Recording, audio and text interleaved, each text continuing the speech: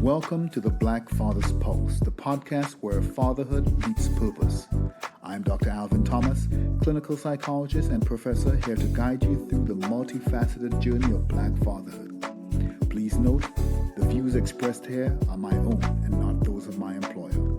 But get ready to dive into the dynamic world of Black fatherhood, where we celebrate the highs, tackle the lows, and share plenty of laughs along the way.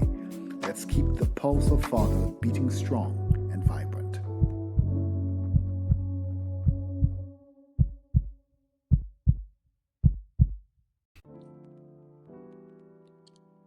Before we begin, a content warning. This episode contains discussions of child sexual abuse. And while we've been thoughtful about the content, it may be difficult for some listeners, particularly survivors. So please take care of yourself and listen when you are ready. If you or someone you know needs support in the United States, you could call RAINN, that is the National Sexual Assault Hotline, at 1-800-656-HOPE, that is 4673. The National Child Abuse Hotline at 1-800-4-A-CHILD, that's 1-800-422-4453. Or the crisis text line. Text HOME to 741-741. If you are in the United Kingdom, the National Association for People Abused in Childhood and A PAC helpline at 0808-801-0331. The National Society for the Prevention of Cruelty to Children, NSPCC helpline at 0808-800-5000, or the Survivors Trust at 0808-801-0818. All of these resources are available in our show notes. And remember, you are not alone. According to the World Health Organization 2022 report, approximately 1 billion children globally are estimated to experience sexual violence. In the U.S., according to the Centers for Disease Control and Prevention, 1 in 4 girls and 1 in 13 boys are estimated to experience sexual abuse before they turn 18. In our community, that number might be higher, but we may never know, because the topic is so taboo. I'm Dr. Alvin Thomas, and this is the Black Father's Pulse podcast, where we have the conversations that matter most for our families. Today's episode may make you a little uncomfortable, and it should, because comfort is a luxury our children can't afford when their safety and innocence are at stake. This conversation will give you specific, practical tools to start a dialogue with your sons and daughters tonight. We'll talk about warning signs most fathers miss, how predators operate, and most importantly, how to create a relationship where your sons and daughters know that they can tell you anything. Brothers, parents, I need you to stay with me through this entire conversation. Every minute could make the difference between prevention and devastation. So let's get into it. My guest today is Jeremy Indika, a former McLaren design engineer turned speaker and podcast host, and the founder of Something to Say, a movement using personal story to break the silence around the sexual abuse of children.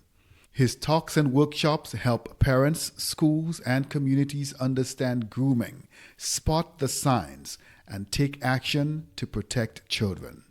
Jeremy, welcome to the Black Father's Pulse. Thank you so much. Great introduction. I'm looking forward to this. Same here. I've been looking forward to this one for a while.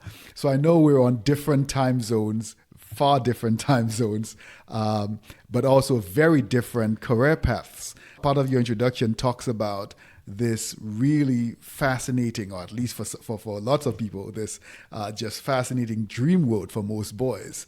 You spent years at McLaren, and I'm talking about the McLaren, the British luxury automotive manufacturer, designing some of the fastest cars on the planet. Take us into that world briefly. What what did you do there, and what was that chapter of your life like? So I was a designer on a limited edition vehicle called Speedtail, and you can Google that and see what that's all about. There's only 106 made in the world, and it was sold for £2 million each. And it was a groundbreaking, industry-breaking vehicle on Top Gear, which is a car program here in the UK, a world-renowned one. They actually raced it against a fighter jet, and it was really interesting video available on YouTube. So I was involved in that project. That was probably at the peak of my career. I had a dream of working in Formula One, which is one of my big aims. Previous to my McLaren, I was designing aircraft. So I was a structural designer, designing the systems, parts, structures. And I had a phenomenal career. And it was going places. That Formula One job, I had a few interviews, didn't make them at the time, but I was very, very close. I was really knocking on the doors, and it was going to happen. And what an incredible thing to be involved in, designing Formula One cars and cheering for the team at the Grand Prix that you're part of. But I ended up in 2018 giving all of that up, putting that to the side to pursue something different. So you go from designing vehicles that go 0 to 60 in under 3 seconds to podcasting and child advocacy work. Very, very different careers. That's not kind of the usual career pivot that we see. You've got your own podcast. Tell us about that podcast before we go deeper into some of the work that you're doing. So I launched a podcast because I wanted to bring on experts to help us understand this topic deeper. So I wanted to bring on child psychologists. I wanted to bring on people who work in the prison system. I wanted to bring on teachers who run schools. I wanted to bring on people who have studied this topic, the grooming process, the difficulty in speaking out, the human psyche around this topic. Because I feel like we are in the Stone Ages with this conversation, even though this is rife in our communities. Even if you don't see it with your own eyes, it's happening behind closed doors. So that's the reason why I generated the podcast, and it's going really well now and will continue to grow. I want that to turn into something that brings this conversation to millions of people, and I'm on the road towards that. Excellent, excellent. So I think for every survivor, and you talk unapologetically and boldly about your own experiences as a survivor. But I'm not sure if you would call yourself a survivor, if there's very different language that you use. But there's a moment for every individual, for every survivor, where the silence becomes too heavy to carry. What was your moment, and when did you decide that your story needed to be told publicly, even though it was something that you knew might cost you? It was a long journey to the moment I took my story public in front of people who I didn't know.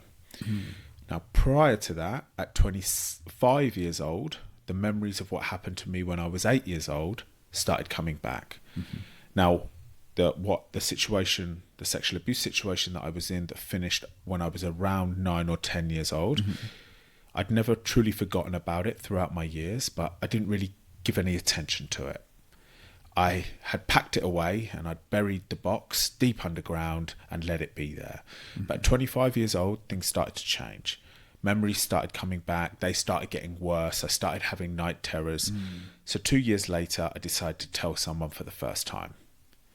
When I told someone for the first time at 27 years old, 1 year later, I told another person.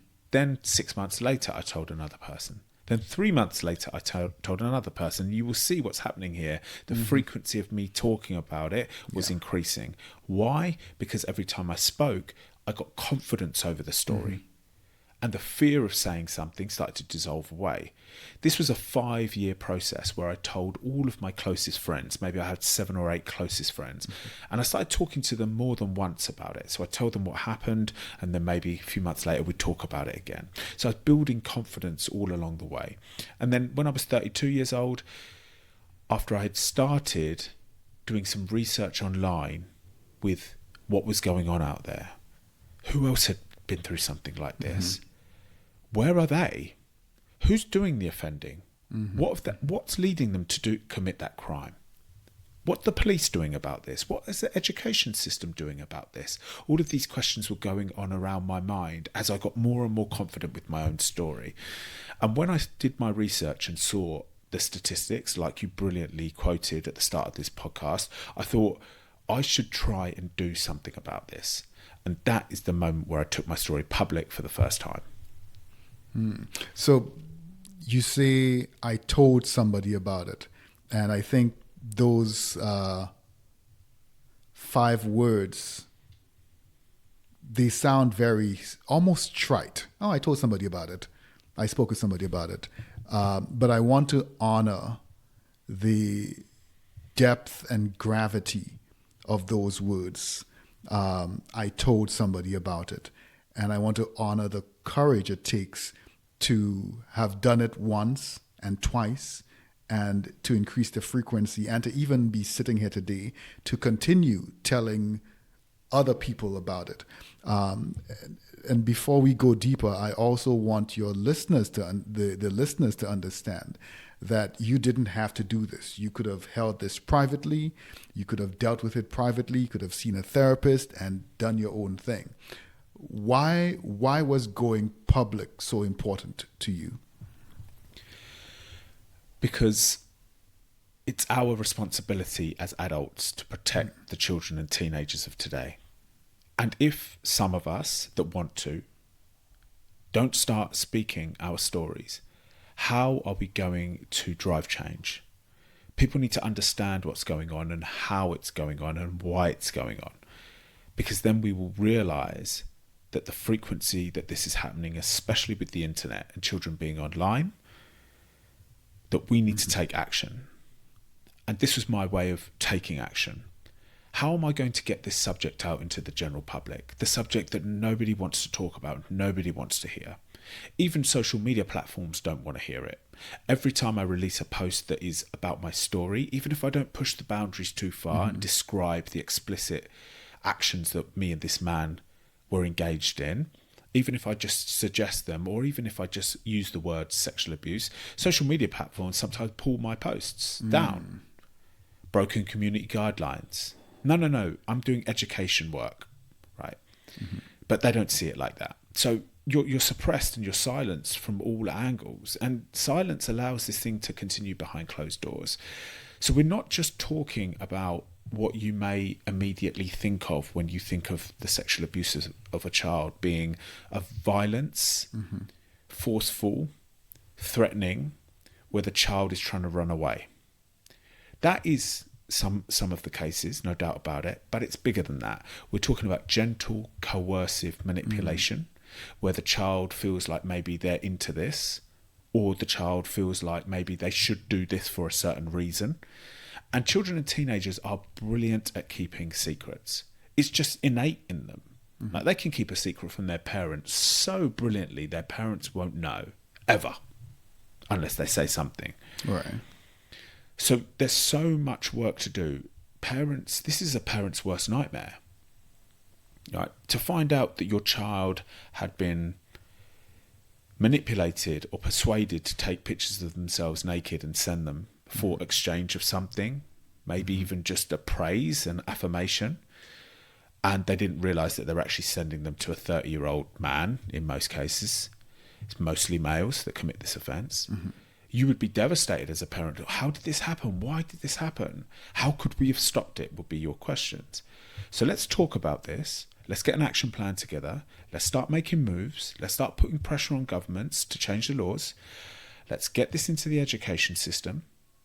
And let's get today's children and teenagers protected. Thank you so much for that.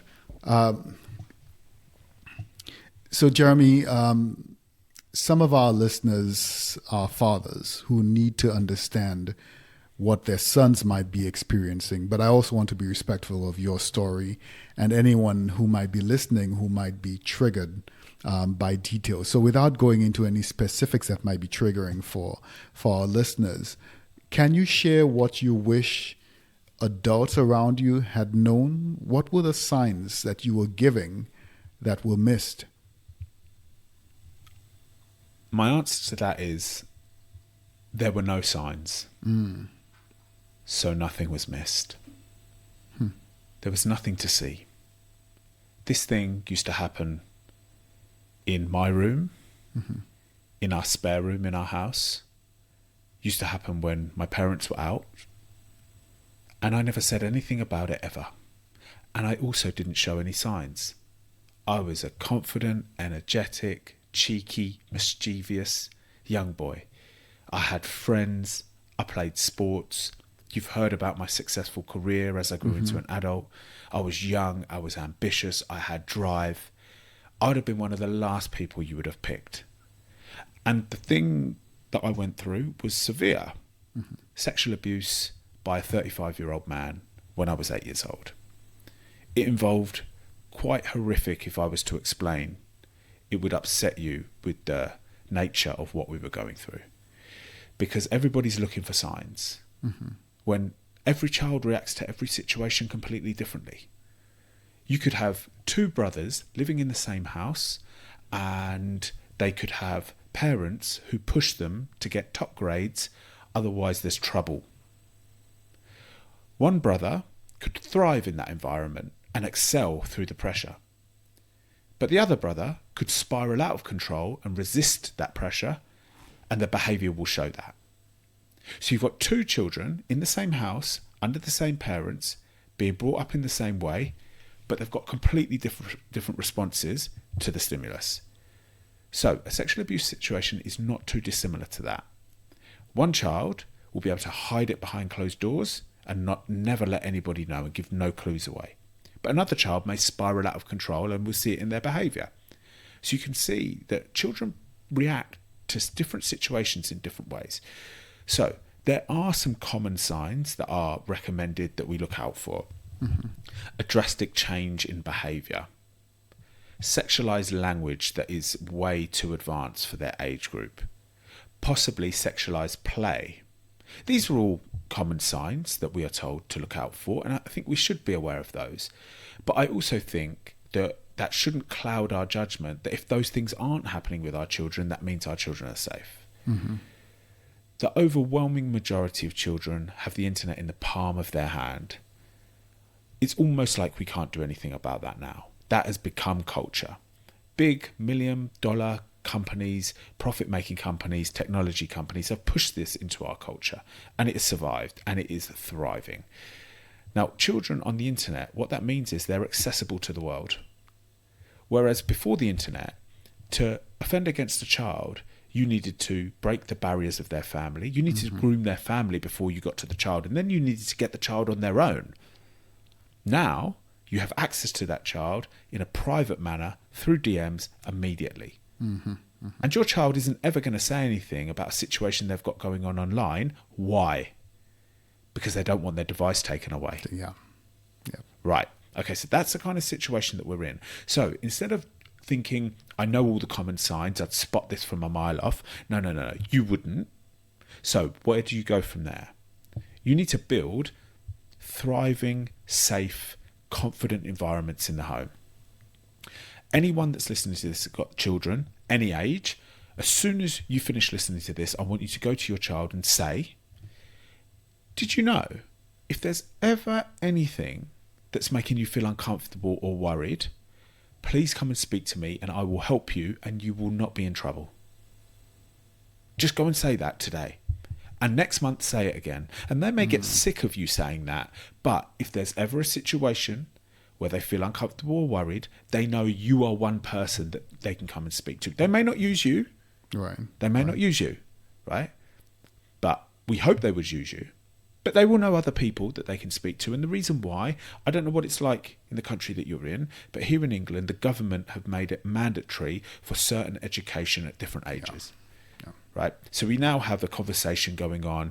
Children know where the private areas on the body are. And they know the rules around them. No one's allowed to touch you there.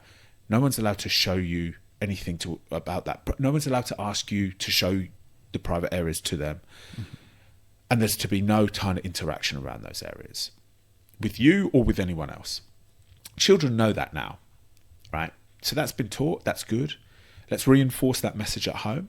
Obviously, when children get become teenagers and they start entering puberty and going through those phases, their attention is going to change. The way their behaviour is going to change. Naturally, biologically, they're going to start having a general curiosity towards sexual interactions, and they're going to find that exciting.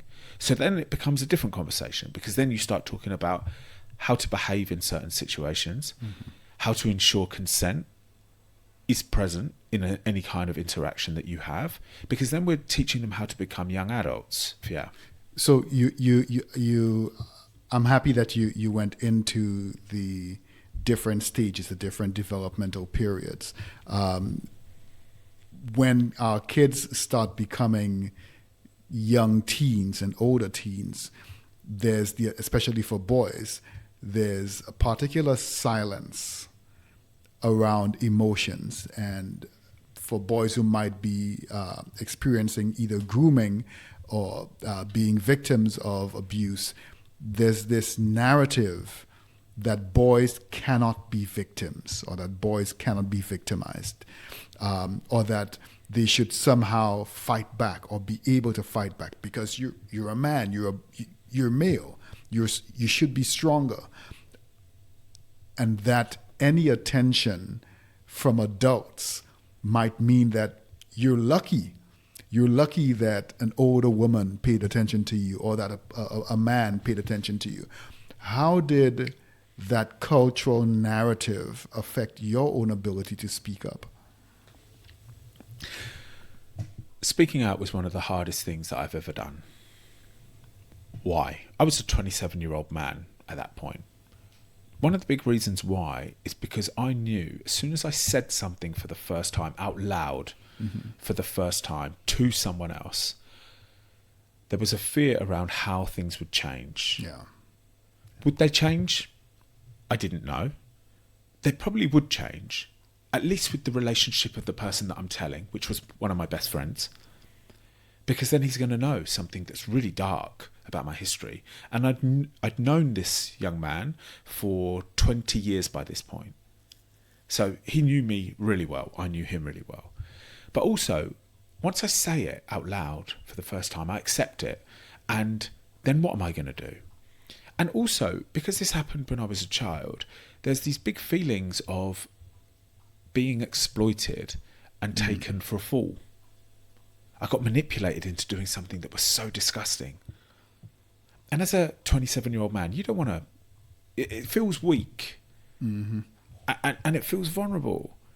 And also, I'm a heterosexual, so this was a man. So does that make me gay? Has that changed my brain? All of these worries. And that feeling of vulnerability, embarrassment, feeling weak, it's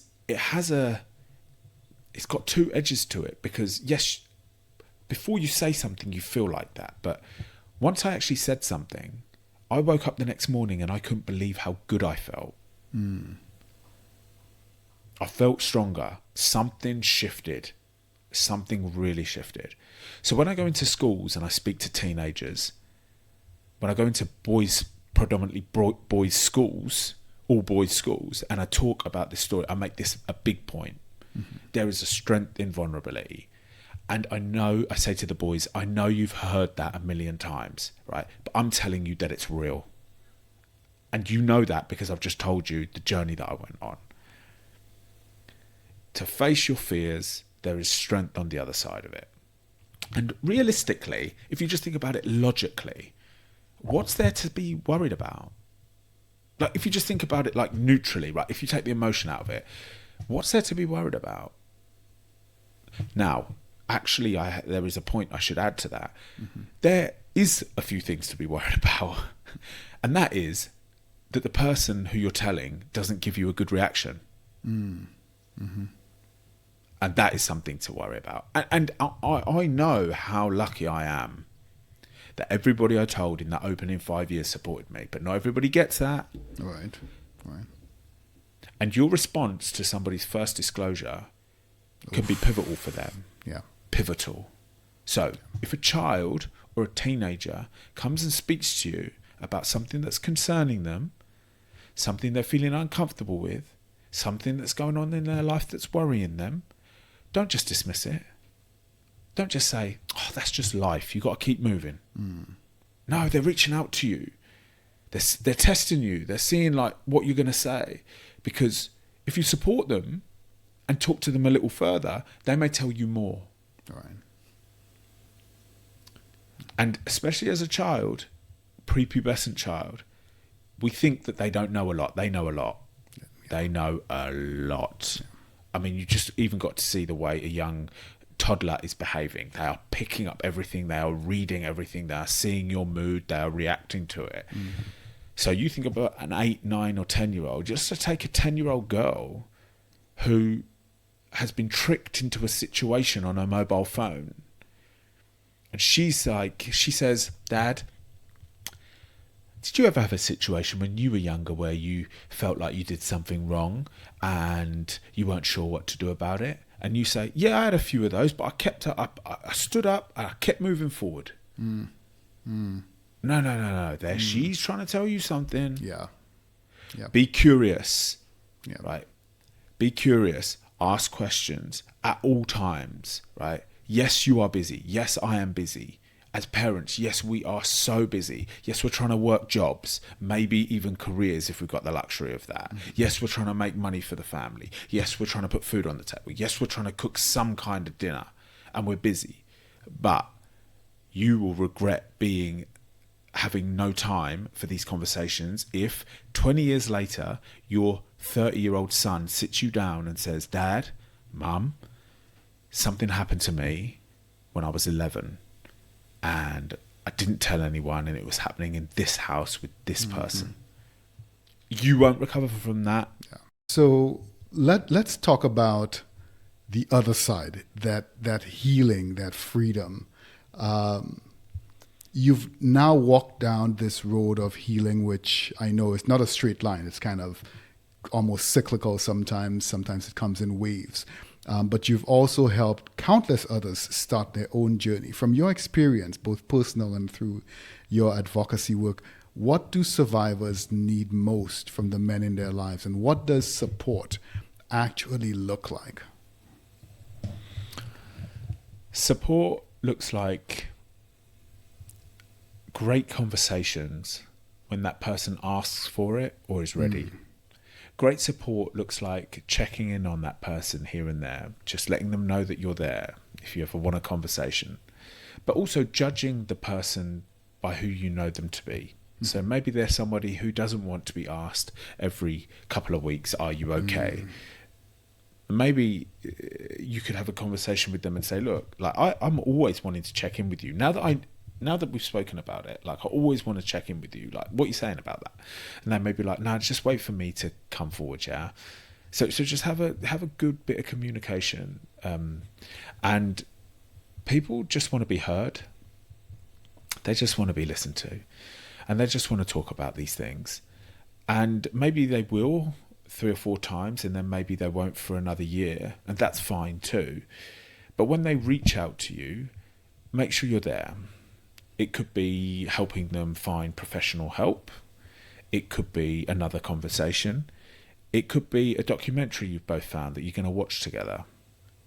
Just be a good friend, be a good father, be a good mother to the best of your ability. We've got fathers listening, some in their car, some at the gym, some sitting at the kitchen table. They love their sons, they love their kids, and they want to protect them, but most of us have no training in this area. So let's start with this.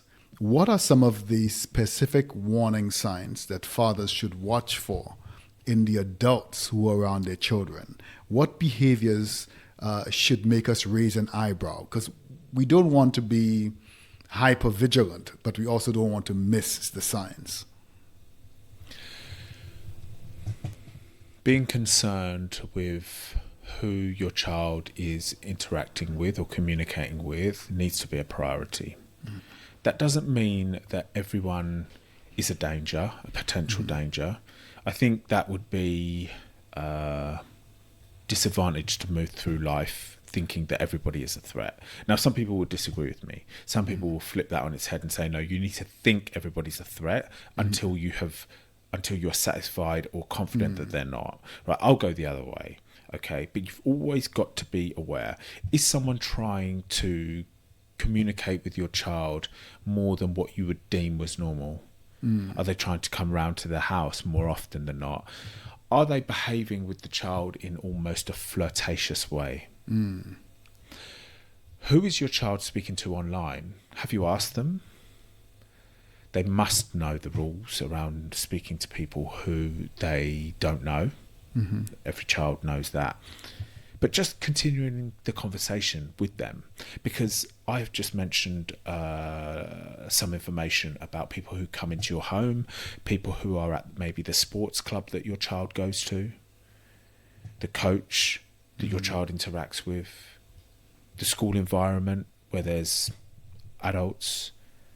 So your children need to understand that some adults are there not doing good things. You need to be vigilant with who's in your child's life with regards to adults. You need to ask them questions. And that is as much as you can do. The next thing is, of course, the online space, which I've also mentioned. And you can't police that like you can police real life. So you need to give young children the confidence and safety to come forward. They will understand, because if they're in schooling, I'm referencing my country, they will understand the do's and the don'ts of being online. They will understand about private areas. They will understand about consent, depending on their age. So they know the rules. It's about setting the correct safe place and empowering place for them to come forward. You're not going to be able to catch people before they offend against your child or teenager. This crime is so... it's so sophisticated. Right? You don't see it. But look, there's a bigger conversation to be had, and I know we won't have time to do that today. But the police reports released in this country from a percentage of those offences that were carried out in 2023 that have a sexual context, 52% of them were committed by teenagers and other children. Wow. Because we have a big problem where, in particular, teenagers are growing up in a hypersexualized world. I mean, you just got to look at the music videos today. Yeah. Just type Nicki Minaj into YouTube and see what's going on there. Right. Just type in Grand Theft Auto into YouTube and see how heavily sexualized some of those missions are in a game like that. Watch almost any movie, including Disney movies. Yeah. Just because everybody's pushing the boundaries. Sex creates attention, and attention is how the internet goes round and round. It's the whole advertising model, isn't it? Right. I mean, we haven't even mentioned pornography. Right. You know, you got a 12-year-old boy who's going through puberty, and his hormones are bursting out of his body. Whereas before the internet, you would have needed to find some kind of magazine that's being passed around your friends, right? Or maybe somebody's got a videotape, but the rest was just imagination. So it was age-appropriate imagination. Now, what will a 12-year-old boy do? They all know about pornography. They've seen it all before anyway, because little video clips have been sent in their messenger groups because it's funny. So they're aware of it, and now they start searching for it, and now they're just watching hours of it. And then they turn to 16 and they're marinated in 4 years worth of pornography, and they have gone down so many rabbit holes you wouldn't believe. And for some, they're susceptible to that type of aggressive pornography. And so offenders are also teenagers. I mean, so we've not even mentioned the algorithm, where if they click on one or two pornographic videos, then they just those videos keep being pushed at them by the algorithm. Yeah, absolutely. And it's the algorithms are. I wonder what we're going to do with those as a society as the years evolve. Will the government start putting their rules on algorithms? I don't know. But I mean, I released a podcast on pornography actor here in England. She's absolutely huge here, and she's making mainstream TV because she is doing some what she calls stunts that are getting a lot of attention. News are reporting on her, etc., etc. So I released a podcast. I reviewed some of her documentaries, and because I had searched her and then watched her documentaries, all the algorithms on all of my platforms knew that. So then all of a sudden, my feed is full of other pornography actresses. Yep. It's full of it, suggesting things, different women. And so it sees you have an interest in something. So even if you're just curious, it will plug your feed with it. Then you become more curious, and then you just get pulled into that thing. Thank you so much for that, Jeremy. So I'm thinking now of some of the practical things that fathers could do, because we could keep talking about what the problem is, and it can just start to feel so overwhelming. Like, what do? I just ban the phones and keep them home and watch them 24/7? You can't. So a father is listening right now, and he has a 7-year-old son. He's never had this conversation before, and honestly, he's scared that he'll mess it up or that he'll say the wrong thing. So he's going to see his son tonight at bedtime. Walk him through it, Jeremy. What does he say? How does he start? Give us the actual words, as close as you can, the actual words that he could potentially say to his 7-year-old son to keep him safe. Okay, so we're talking about 7-year-olds here. Yeah. I'm just going to play it out, right, as if I'm in that position, right? Yeah. So I picked up my son from school, and we're in the car, and we're driving home. Mm-hmm. And I know I want to have some kind of conversation. So I'm going to say something like this. I was on my phone today, and you'll never guess what I saw. I saw some teacher teaching a classroom about private areas on your body. Mm-hmm. Have you ever heard anything about that before? And then your son will respond and say, yeah, we go through that in school. And maybe they're a little bit embarrassed. Mm-hmm. And then you say, I never knew anything about that. Can you just tell me a little bit about it? Can you just explain what the school are teaching you? Because I'd like to know. And they will say, the education, or they will say, you know what, I'm just not sure. And then you can say, well, look, I watched a few more videos. Do you mind if I just tell you what that's about? They will say yes, or they will say no. If they say no, you can then put some authority down and say, well, I'd like to tell you. Mm-hmm. So you say, if it's a boy, you say, nobody's allowed to touch you under your swimwear, right? Nobody's allowed to ask you to show them what's under your swimwear. And you are not to ask anyone else, and you are not to touch anyone else's, even if it's a game. Mm-hmm. Is that clear? And he will say, yeah. I never want you to forget that. 1 month later, you're going to have the same conversation. Okay, now let's up the age. Let's go 10 years old, right? You can start saying, what games do you play online? They'll say this. And you'll be like, you know what? In my day, we never played games. Is it fun? They'll go, yeah, it's so good. And you'll say, is there a chat function on there? Like a messenger function? Do you put stuff in there? And they'll say yes, or maybe they'll say no because they know they're not meant to and they don't want you to know.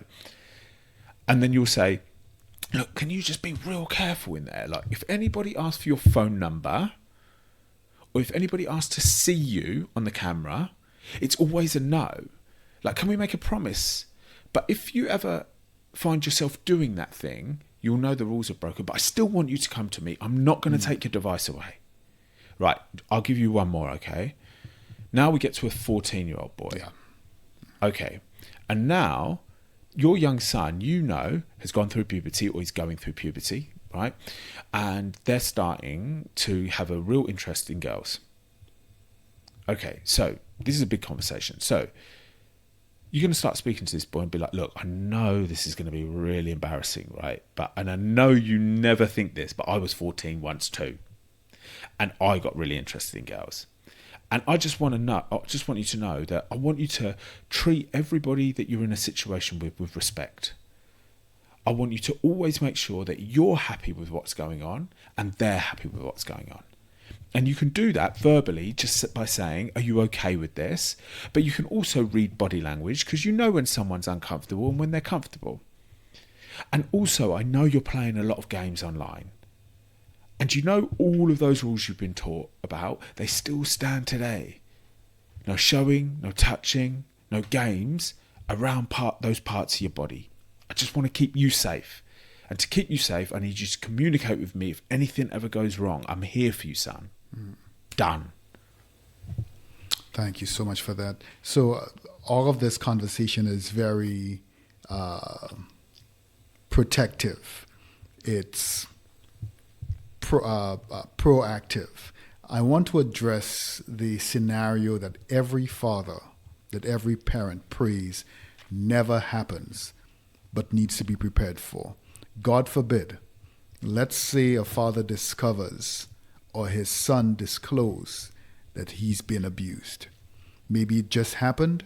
Maybe it's been happening. Maybe it happened years ago. Jeremy, from both your personal experiences and your advocacy work, what should that father's first 3 actions be in order? Step 1, step 2, step 3. Number 1, say that you're so sorry that this happened and that you hope that your child is okay and that you will do anything that's needed to support your child in this moment. Number 2, if there is still immediate danger, then you need to escalate the issue. Maybe to social services, maybe to local organisations, maybe if it's an emergency to the police. So you need to do your safeguarding from an adult's perspective. Now, if this happened 10 years ago and is no longer happening, I would reach out immediately to local organisations or charities to find out what you can do from here. Because if your son or daughter needs professional help, you need to organise that. Number 3, you will probably need some help too. Because you are now a victim as well. In fact, you were always a victim. Maybe you were even a victim before your child was a victim. If it was an in-person offence, they would have needed to get past you before they got to your child, in most cases. So you are now a victim as well because you are feeling the pain of your son or your daughter. And it's possible that it will be useful for you to get some professional help too, or at least speak to a professional to get this off your chest and understand how you move forward. Not to move away from it, but you need to be the strongest mother or father for your child in this moment. And how can you do that if you're still dealing with your own pain of the situation? And what should a father not do? Because I could see for most fathers, they think, how could I even allow this to happen? Why my child? I go to rage. I see red. Yeah. I'm drowning in my own emotions. There's the guilt of not being able to protect my child and the shame that I didn't see this. And just rage at the perpetrator. What should a father not do? What reactions or responses, even the well-intentioned ones, can actually cause more harm? Okay, so there's the first thing that I want to mention is violence is not going to help anything done. Violence is not going to help anything. Violence is so you can release your pain. Because all violence is going to do is going to have the police at your door and put you in prison, and now you're definitely not there for your son and daughter. Right. And now your son and daughter is wishing they never told you because their father's now in prison and that's my fault. Yeah. They'll be thinking, if I just kept quiet about it, my dad wouldn't have got so angry and gone after that person, and then he wouldn't be arrested by the police. It's going to solve zero. It's going to solve zero. If you want to get some kind of revenge on the person that did this to your child, then the police is the best way to go, and hopefully you can get some kind of prison sentence and this person will be put on the sex offenders register for the rest of their lives. That's where the revenge is. And that will be, I would be no angel either if this happened to one of my children, right? So I'm not trying to be like godly figure trying to give out advice, because my first reaction would be anger. But because I know these things and know these steps, I hope entirely that I would stop myself before doing that. Right. Thank you. Just one more thing. Just one more thing before I finish. Right. Another please don't do. Don't lose yourself. Right. Don't start flying off the handle, getting angry, shouting, questioning. Well, why did you go there? Why didn't you tell me earlier? Why were you messaging that person online? I told you the rules. Oh, you're so stupid. How could this happen? Obviously, that is not the kind of reaction that is going to make anything move in the correct direction. In fact, that's just going to make your child clam up, go into and they won't. And then you'll say, right, we're going to the police, and they'll say, no way. Yeah. Right. Yeah. I can just see how horribly all of that could play out. Thank you so much. In Black communities, and I love our community, but we've got to be honest. We have this history of protecting institutions over individuals. We protect the church, we protect the pastor, we protect the coach, we protect the pillar of the community, even when there are rumors, even when there are whispers, even when a child tries to speak up. We saw it with a number of high-profile cases in the Black community, entertainers and huge rich people, not so rich people, influential people. How do we change that? How do we shift from protecting reputations to protecting children? I am no psychologist, but I am going to assume that this is human nature. People in positions of power, we generally protect. People in positions of power, we don't like our perception of them ruined in any way. We like to protect them in some kind of way, whether they be pillars of the community, whether they be famous people, whether they be celebrities. How do we change that to protect children? Well, that needs to be a big shift. When somebody starts, when there are rumours or there are people saying certain things, it's just worth considering them. If a child says something about an adult or an older teenager or someone even their own age, it has to be acted on. Here we have something which is nearly passed in law, which is mandatory reporting, where if any minor, which in this country is under 16, brings you a safeguarding concern, you have to act on it. You cannot say, oh, that person would never do that. You must be imagining it.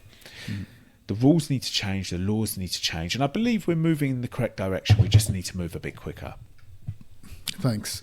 So what do you wish more men understood about male survivors specifically?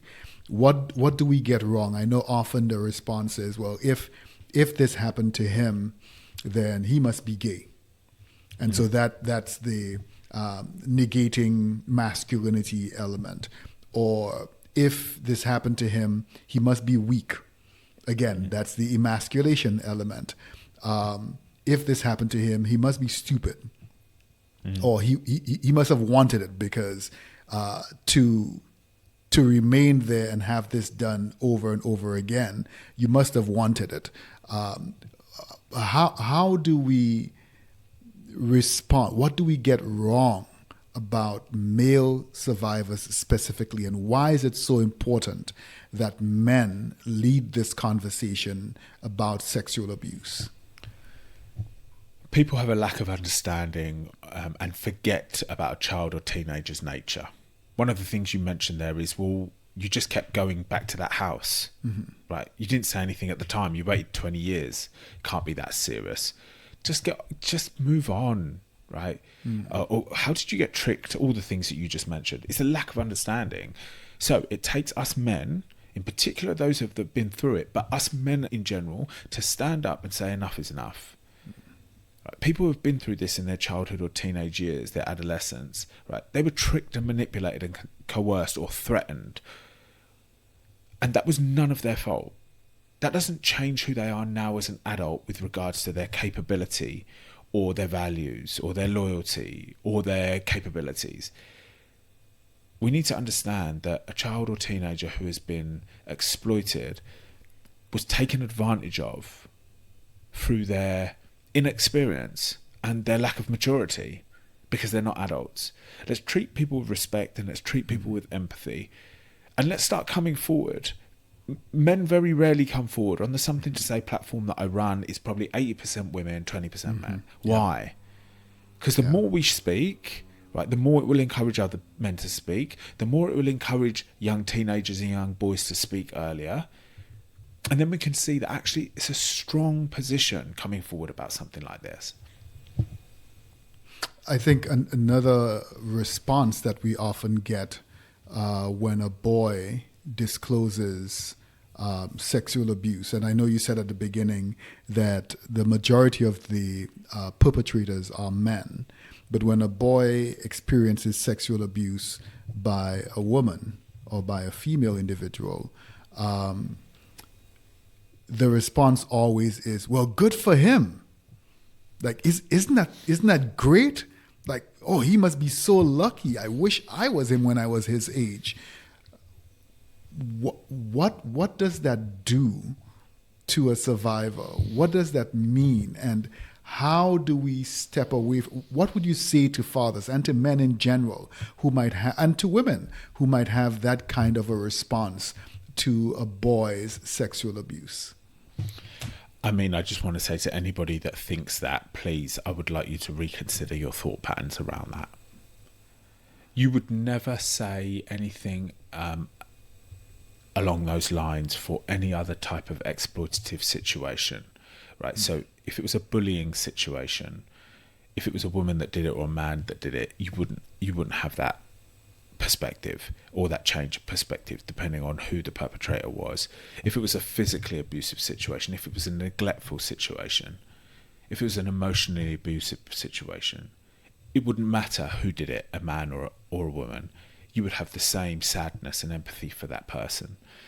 Sexual abusive situation, I know it has a different context, but it needs to be the same. People need to understand that it's the exploitation and the taking advantage of somebody. So it doesn't matter whether it comes from a woman or a man. And I feel for the men who were sexually abused by women, because they probably won't see anyone taking it serious in their lifetime. Because this is going to take generations after generations to change that particular aspect. Yeah, thank you so much. What does your own healing look like today? Not perfect, not arrived, but what's possible on the other side of this trauma? What does freedom feel like for you? Living a good life. Pursuing everything that you wanted to pursue regardless of the abuse. Trying to be the best person you can. Living like a human being. Not being shackled by what happened to you in your childhood. Not being brought down, not being held back by what happened in your childhood, but actually flourishing through it. Being brave through it. Understanding you went through something that is very difficult to handle and you're handling it the best that you can. And that's the message that I give when I go into these schools and when I deliver all these training to the police and to social workers. It's about us continuing and not being held back by this and using it for good. All right. We're in the home stretch. I know it's been a difficult conversation for some of our listeners to follow, but a necessary one. And I want to make sure that our listeners leave with practical next steps. So as quickly or as briefly as you can, what are 3 resources, websites, organizations, hotlines that you think every father should know about? Okay, the first one, I'm speaking about my country, right, here in England, is the NSPCC. NSPCC. The second one is the Lucy Faithfull Foundation. Please go and read through those websites. Just spend 20 minutes on those websites. There's lots of information. NSPCC is for probably your first go-to, but if you want a bit more deeper understanding, Lucy Faithfull Foundation is brilliant. Now, the third one is Childline, or whatever equivalent you have in your country, because the reason why you should be familiar with the Childline website is because I want you to introduce it to your teenager, because it's a great website and it will show your teenager that there are actually, it's not just me you can come and speak to, but there are organizations out there that you can speak to if you need to ever. And for the US audience, I will be putting up some of the US-based resources at the end of this podcast. So second question, one book that every father should read on this topic, what would that be? Okay, so I'm not a big book reader, so I shouldn't really answer that question. But There is a man called Gabor Mate, Gabormate, and he speaks phenomenally on podcasts about childhood trauma. Go listen to him. Excellent, thank you. And I have heard about Gabor Mate. A father has listened to this entire podcast episode. He's ready to act. He's going to talk to his son tonight. What's the very first thing he should do when he gets home? Before he starts the conversation, what's step one? Make sure that your child or teenager who you're going to speak to about this conversation is in the correct mood. So if I had a really bad day, just wait till tomorrow. Yeah, thanks. If our listeners forget everything else we've talked about today, but remember one thing, what should it be? What's the one truth that could change everything for them? Just remember the seriousness of this topic and how easily it can happen, and that you have all the power to make a change within your home. So, Jeremy, for people who want to follow your work, to learn more about your advocacy, maybe even bring you in to speak in the community or the organization, where can they find you? So if you go to my website, jeremyindika.com, but also I'm on all social media platforms, including YouTube, and I run a podcast, and it's all under my name, Jeremy Indika, Indika. That's very, very easy. I think you can also find him on Instagram and all kinds of other places as well. All of those, all of them. Awesome. Brother, I want to honor you, not just for surviving, but for turning your pain into purpose, for showing up, for being willing to be vulnerable so other people's children can be safe. That is fatherhood. That is warrior work. That is king's work. Thank you so much. We'll put all of these links in the show notes. I'll make sure that I also put in some information there for the U.S. audience. Everybody else, make sure you follow Jeremy, subscribe to his podcast, and share this episode with the fathers in your life. Jeremy, thank you so much again for being part of this podcast. Thank you very much.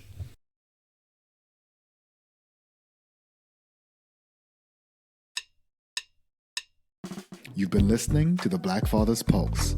I'm your host, Dr. Alvin Thomas. I'm a clinical psychologist, researcher, and director of the TriLab at the University of Wisconsin-Madison. Views shared on this podcast are mine or that of my guest and are not associated with the university.